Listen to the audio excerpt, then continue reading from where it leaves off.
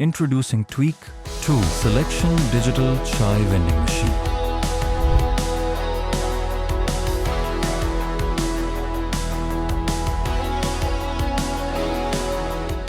Unbox the machine carefully. Find the machine keys inside the ring of the bubble top. Unlock the door. Open the machine door. Remove the drip tray and water pump pipe from inside the machine. Fix the drip tray onto the front screws properly. Remove the rubber cap from the nozzle. Insert one end of the pipe into the water jar. Insert the other end into the water pump inlet. Remove the canister from the machine. Remove the nozzle from the canister. Fix the nozzle securely onto the mouth of the canister. Take the Tweak premix powder packet. Fill the canister with Tweak tea premix powder. Place the canister back and ensure it is locked properly in both sections.